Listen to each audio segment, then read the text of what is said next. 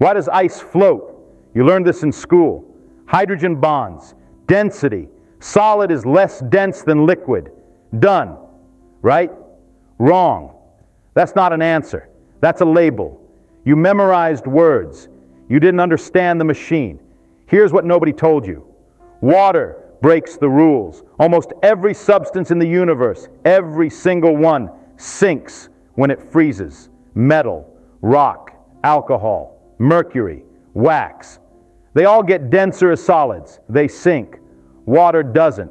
That belief you have that ice floating is normal, that belief is not a little wrong, fundamentally wrong. Ice floating is so weird, so cosmically rare, that if water behaved like everything else, life on Earth wouldn't exist. You wouldn't exist. And here's the part that should bother you. The reason ice floats has nothing to do with cold. Nothing to do with temperature, really. It has to do with geometry, with angles, with the shape of empty space. Your ice cube isn't just frozen water, it's a locked crystal cathedral with more emptiness than stuff. And that emptiness, that's what floats. This changes how you see matter, how you see chemistry, how you see why anything exists at all. Let me show you. Go get a glass of water. Seriously, do it right now. Drop an ice cube in. Watch it. It floats. Obvious. Boring. You've seen this 10,000 times. But here's the thing. You've never actually looked at it.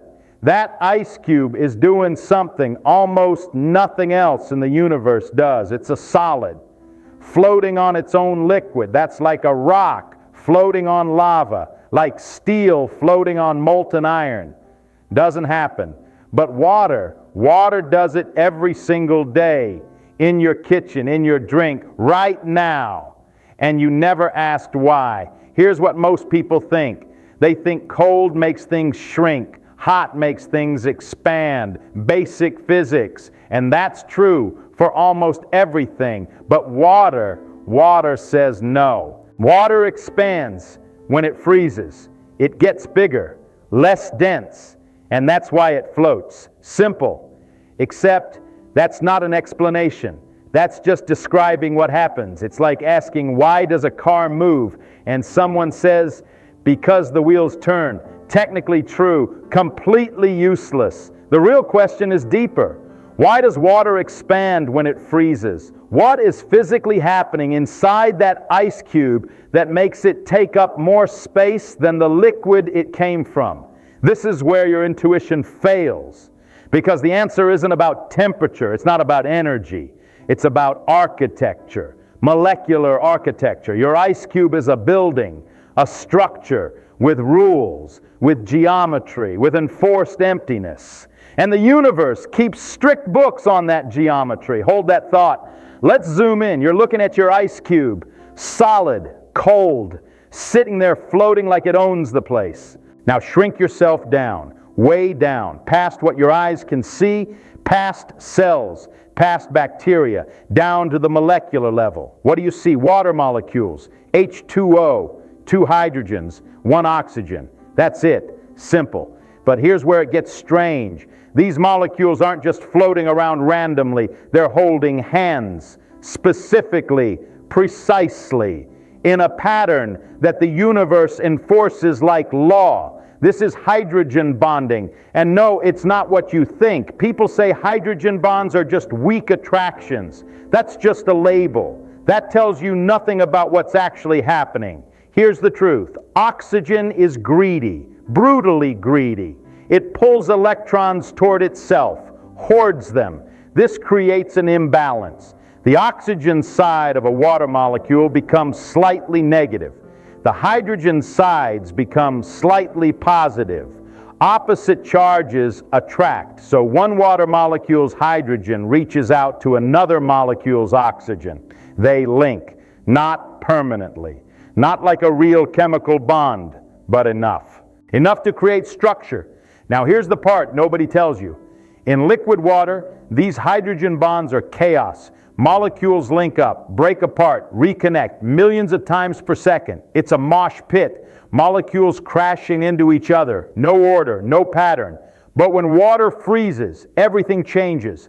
the molecules slow down. And as they slow down, the hydrogen bonds stop breaking. They lock in place permanently. And here's the key. They lock at a specific angle, 104.5 degrees every single time, no exceptions. This angle forces the molecules into a hexagonal pattern, a honeycomb, a lattice, beautiful and empty. See? When molecules are bouncing around as liquid, they can get close, pack tight, fill the gaps. But when they lock into that hexagonal crystal, they're forced apart. The geometry demands space between them. Think of it like this. Liquid water is a crowd standing at a concert. Everyone pressed together, tight, compact. Ice is the same crowd sitting in assigned chairs, rows, aisles, gaps everywhere, same people, more space. That's your ice cube. A crystal cathedral with mandatory emptiness built into its architecture. The universe doesn't negotiate on this. The angles are enforced. The spacing is required. Reality doesn't issue refunds. And that emptiness, that locked-in empty space, that's why ice is less dense than water. That's why your ice cube floats. Not because of cold, because of geometry. So far we've learned this. Ice floats because water molecules lock into a hexagonal crystal. That crystal has mandatory empty space. More space means less density. Less density means floating. Simple, elegant, geometric. But wait, hold that thought. We explained the how. We didn't explain the why. Why does oxygen hoard electrons so aggressively? Why does water form hydrogen bonds this strong? Why this angle, 104.5 degrees and not some other number? Lots of molecules have hydrogen, lots have oxygen, but they don't do this. Hydrogen sulfide, similar structure to water, sinks when it freezes. Ammonia has hydrogen bonds, sinks when it freezes. Methane sinks, everything sinks. Water is the freak, the exception. The one molecule in the universe that builds floating cathedrals out of its solid form. Why? What makes H2O so impossibly special? This is where chemistry becomes something else, something deeper. This is where we stop asking what happens and start asking why the universe is built this way. And to answer that, we need to go back to a man who saw what nobody else could see, a man who decoded the secret language of atoms. His name was Linus Pauling, and he changed everything, 1930s. Chemistry is a mess. Scientists know atoms exist. They know molecules exist. They know bonds hold things together. But nobody knows why. Why do some atoms stick? Why do others ignore each other? Why does water behave like nothing else? Nobody has answers, just observations, just labels. Enter Linus Pauling, young, brilliant, relentless. Pauling looked at chemistry and saw what everyone else missed. He saw that atoms aren't just balls sticking together randomly. They're playing a game of electrons. And oxygen plays dirty. Here's what Pauling figured out. Every atom wants stability. Electrons provide that stability, but not all atoms pull electrons with equal strength. Pauling called this electronegativity. Some atoms barely pull. Hydrogen is weak, gentle, doesn't fight hard for electrons. But oxygen is vicious. Oxygen pulls electrons toward itself with brutal force. It's one of the most electronegative elements in the entire periodic table. Only fluorine beats it. Now watch what this implies. When hydrogen bonds to oxygen in a water molecule, oxygen yanks those shared electrons toward itself, hoards them. The electrons spend more time near oxygen than near hydrogen. This creates polarity. The oxygen side becomes slightly negative. The hydrogen sides become slightly positive. The molecule becomes unbalanced, lopsided. And this lopsidedness, this is everything. Because now one water molecule's positive hydrogen is attracted to another molecule's negative oxygen. They reach for each other. They link. Hydrogen bonding. Not because of magic, not because of special forces, because oxygen is greedy and hydrogen is weak. Pauling saw this, mapped it, quantified it. He created the electronegativity scale that every chemistry student still uses today. One insight, changed everything. But here's the part your teacher skipped. Pauling didn't just explain why hydrogen bonds exist. He explained why water's hydrogen bonds are perfectly tuned for something extraordinary. Water's bond angle, 104.5 degrees, isn't random. It's the exact angle that creates maximum polarity while allowing hexagonal crystal formation. Quiet. Think about that. If the angle were different, hydrogen bonds would be weaker, or the crystal structure would collapse, or ice would sink like everything else. But it's not different. It's exactly what it needs to be. The universe keeps strict books, and water's geometry balances perfectly. Pauling won the Nobel Prize, then won another one. Only person in history to win 2 unshared Nobel Prizes. He saw that molecules aren't random accidents. They're architecture, they're engineering, they're accounting. And water is the universe's most perfect ledger entry. But knowing why ice floats isn't enough. We need to see what happens if it didn't. Let's play a game. Imagine a universe where water behaves normally, like everything else, where ice sinks. What happens? Winter comes, temperature drops, lake surfaces freeze first, just like our universe. But the ice doesn't float. It sinks, falls to the bottom, settles there. Now the surface is liquid again, exposed to cold air. It freezes again. That ice sinks too. More ice, more sinking, layer after layer. Think about what just happened. The lake is freezing from the bottom up, not top down, bottom up. Within weeks, the entire lake is solid ice, top to bottom, no liquid left, nothing. Now here's where it gets brutal. Spring comes, sun returns, warmth, but the ice is buried, deep, insulated by water above. It can't melt. The summer isn't long enough. The heat can't reach. That lake stays frozen forever. Every lake, every pond, every river, solid, and everything living inside, dead. Fish, plants, bacteria, gone. But wait, it gets worse. Oceans. Imagine oceans freezing from the bottom up. The ice sinks, piles up, millennia pass. Ice mountains form on ocean floors, growing upward, unstoppable. Eventually, the entire ocean freezes solid. No liquid water on Earth, none. And without liquid water, no life. Not just fish. Everything, you, me, every organism that ever existed, gone because ice sank. This isn't preference, it's accounting. The universe doesn't care about life, doesn't care about fish, doesn't care about you. But the physics of water, the geometry of hydrogen bonds, the electronegativity of oxygen, it adds up perfectly. Ice floats. Lakes freeze from the top down. The ice layer insulates the water below. Fish survive winter. Life continues. You exist because of an angle. 104.5 degrees. You exist because oxygen is greedy. You exist because the universe balanced its books in exactly the right way. Coincidence? Maybe. Or maybe the universe only allows life where the math works out. And on Earth, the math worked out. Do this right now. Go back to your glass. Look at that floating ice cube. That's not frozen water. That's the reason you're alive.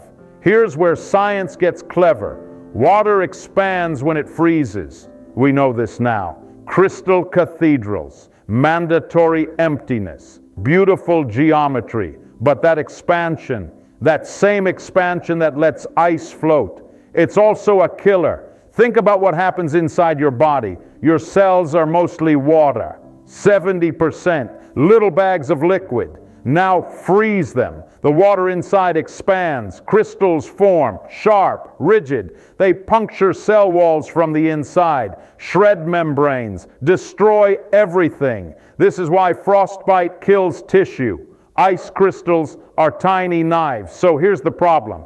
Doctors want to preserve organs, hearts, kidneys, livers.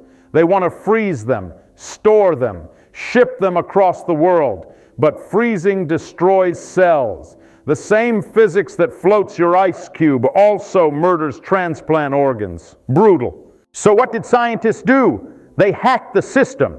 They couldn't change water's geometry.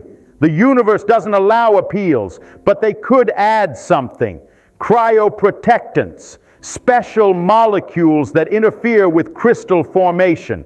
Here's the trick. These molecules wedge themselves between water molecules. They disrupt the hexagonal pattern, prevent the cathedral from forming completely. The water still gets cold, still solidifies, but it becomes glass-like instead of crystalline. Vitrification, no sharp edges, no expansion, no cellular murder. Wild. This is how we freeze embryos. Millions of babies have been born from frozen embryos. Embryos that were ice cold, preserved for years, decades sometimes, same physics, opposite outcome. We took water's weird expansion, the thing that should destroy cells, and found a workaround. And here's where it gets even stranger. This technology might save your life someday. Right now, scientists are working on freezing entire human organs, not just embryos. Full hearts, working kidneys. Imagine a future where organs don't expire, where a heart can wait 10 years for the right patient, all because we understood why ice floats, all because Linus Pauling decoded oxygen's greed. The universe keeps strict books, but if you understand the accounting, you can work within the rules. You can cheat death with chemistry. Let's leave Earth. 400 million miles away, Jupiter, massive, terrifying, king of planets. But we're not looking at Jupiter, we're looking at its moon, Europa, small, quiet, covered entirely in ice, surface temperature minus 170 degrees, cold enough to make Antarctica feel tropical. Dead world, right? Wrong. Beneath that ice, liquid water, an entire ocean. More water than all of Earth's oceans combined. Wait. How is that possible? How does liquid water survive under miles of ice in the coldest part of the solar system? Here's the part that should blow your mind, because ice floats. That floating ice shell, it's an insulator, a blanket. It traps heat from the moon's core, prevents it from escaping into space. The ice doesn't freeze the ocean. The ice protects the ocean. Same physics as your glass. Same geometry, same hydrogen bonds, and this is where it gets exciting. Where there's liquid water, there might be life. Scientists are planning missions right now. Spacecraft designed to drill through Europa's ice, search that hidden ocean, look for organisms, not because we got lucky, because the math demanded it. Water expands when it freezes, ice floats, oceans survive. Now look further, Enceladus, tiny moon of Saturn, same story, ice shell, liquid ocean beneath, geysers shooting water into space.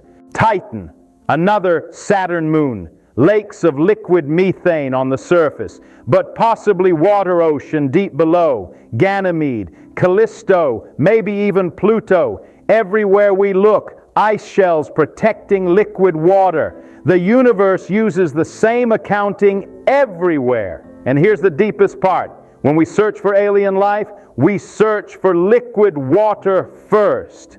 Always. Not because we're biased toward Earth life, because liquid water is where chemistry happens, where molecules mix, where complexity can emerge. And liquid water survives because ice floats. One molecular geometry, 104.5 degrees. That angle might be the reason life exists anywhere in the universe. Your ice cube isn't just frozen water, it's a cosmic pattern, repeating everywhere, enabling everything. So let's step back. What did we actually learn here? We started with a simple question: why does ice float? And we ended up somewhere completely different. This isn't about ice, not really. It's about how the universe encodes possibility into geometry. Think about it. Oxygen's electronegativity, not chosen, not designed, just a consequence of how protons and electrons arrange themselves in atoms. The bond angle of water, not planned, just the natural result of electron repulsion. Hydrogen bonding, not invented, just what happens when charges attract across molecules. None of this was meant to happen. None of it was aimed at creating life, but it adds up. One property leads to another. Electronegativity creates polarity. Polarity creates hydrogen bonds. Hydrogen bonds create crystal geometry. Crystal geometry creates low-density ice. And low-density ice creates the conditions for life to exist. Here's the reframe. You don't live in a universe that was built for you. You live in a universe where the math happened to work out, where the accounting balanced, where the geometry aligned. You're not special. You're a consequence of angles, of charges, of empty space and crystal lattices. Beautiful and terrifying, because it means everything you are, everything you've ever experienced, traces back to molecular architecture, to the greed of oxygen, to the weakness of hydrogen. The universe keeps strict books. And you're an entry in that ledger, not the point of the ledger, just a result. But what a result! From floating ice to thinking minds, from crystal cathedrals to human consciousness, all because oxygen pulls electrons a little too hard. That's not chemistry, that's poetry written in atoms. So here's where we end. You started this video thinking you knew why ice floats, hydrogen bonds, density, simple stuff. Now you know the truth. Ice floats because oxygen is greedy, because bond angles are enforced, because the universe builds crystal cathedrals with mandatory emptiness. You know that this one property, this single geometric quirk, is why lakes don't freeze solid, why life survived, why you exist. You know that scientists hack this same physics to freeze embryos, to preserve organs, to cheat death. You know that moons across the solar system use this same trick. Ice shells protecting hidden oceans, possibly harboring alien life, all from one angle, 104.5 degrees. Do this for me. Go back to your glass of water. The ice has probably melted by now. But tomorrow morning, when you see ice floating in your drink, remember what you now know. That's not just frozen water. That's the universe showing you its accounting. Now here's my question for you. We accept that ice floats. We learned it as kids, never questioned it. What else do you accept without questioning? What other everyday miracle have you been ignoring your whole life? Drop it in the comments, because I promise you there's another video in that answer. And maybe your question will break my chemistry next.